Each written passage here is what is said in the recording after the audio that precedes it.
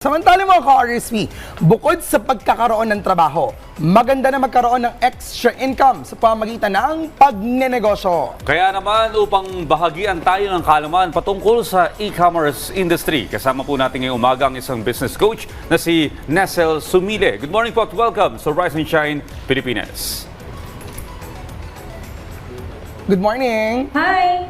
Ayan, this is Prof. Fee together with Audrey. Good morning. Can you hear us? Audible ba kami, Nessel?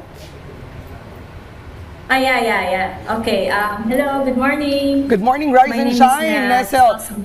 Para sa mga kababayan natin na hindi pa pamilyar, maaari nyo bang ipaliwanag sa amin kung ano ba tong e-commerce business and how ito nag-work lalo sa mga taong nasa bahay lamang?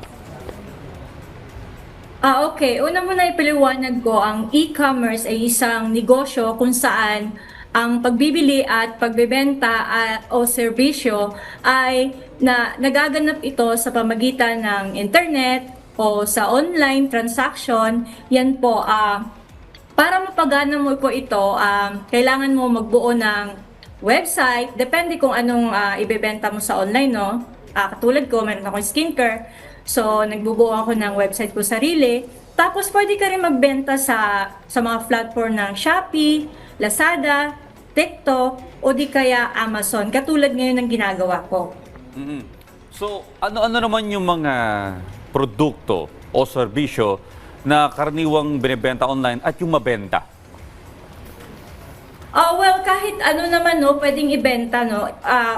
Sa ngayon, dito sa America, nabebenta na rin sa online yung kotse. Tapos dinideliver na rin. So, pwedeng damit, pwedeng hikaw, grocery, at higit sa lahat yung ginagawa ko ngayon ay kadalasan yung mga skincare na galing sa Pilipinas, at saka yung galing dito din sa US. Yan din yung mga binibenta ko sa Amazon, at kasalukuyan, yan din yung mga tinuturo ko sa aking mga estudyante. Okay, so para sa mga OFW, sa mga stay-at-home parents o kahit sino nasa gustong magkaroon ng extra income, good ba talaga itong e-commerce or is it really a good option?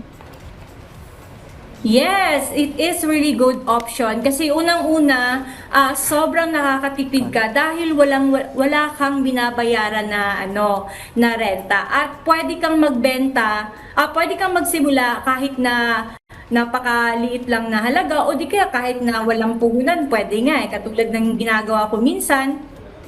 Katulad ngayon, nandito ako sa Amerika, yung mga taga-USA, alam nila yung We. Yun yung supplier ko. Kunyari, magte-take lang ako ng picture, tapos ililipat ko sa Amazon or di kaya sa grupo, doon ko ipopost, tapos may bibili na, tapos sureball ako na may bibili kasi bago ko naman siya bibilin, meron mo na akong buyer. Kaya napakadaming opportunity po ang online e-commerce.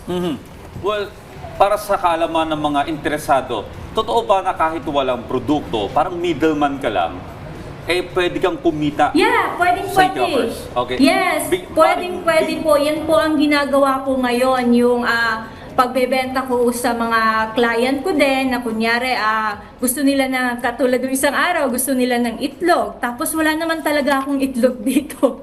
So dahil alam ko kung saan ang pagkukunan na mura, chinek ko muna sa, kunyari sa We, chinek ko muna dun sa supplier, and then tsaka ako nag-reply na kung magkano. So totoo po yun. Nessel, ano ba ang mga mahalagang skills na dapat matutuhan o paghandaan ng mga nagnanais pumasok sa e-commerce industry?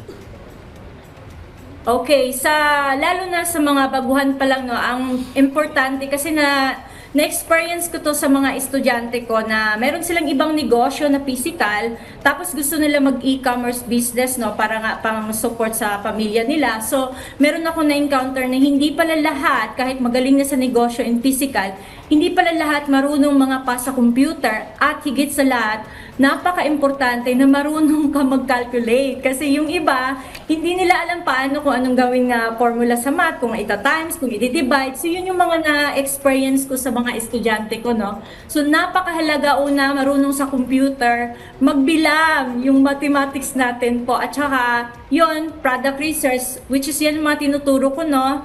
Tapos digital marketing, mag-content, ang tawag nito, yung gagawa, mag-edit ng video, tapos basic knowledge sa pag-i-edit, no? Kasi mahalaga yon kung e-commerce ka, kailangan maganda yung appearance ng picture. Kasi minsan, marami akong mga na-experience na mga buyer, or di kaya kahit yung mga estudyante ko, sinasabi nila pag naghahalimbawa ako ng mga sample ng product, sasabihin nila sa picture, ay, pangit to, luma, baka luma na yan, hindi maganda yan. So, nagkakaroon ako ng experience na napakahalaga po yung maganda yung picture na ipopost nyo po sa inyong mga online platform po. Para naman nang sa ganon, eye-catch siya, madali siyang magustuhan ng tao kaagad. Ayan, aesthetics, ano? Well, maraming salamat po, Ma'am Nessel Sumili, para sa inyong ibinahagi sa amin na kaalaman ngayong araw patungkol sa e-commerce business. Maraming salamat. Thank you so much.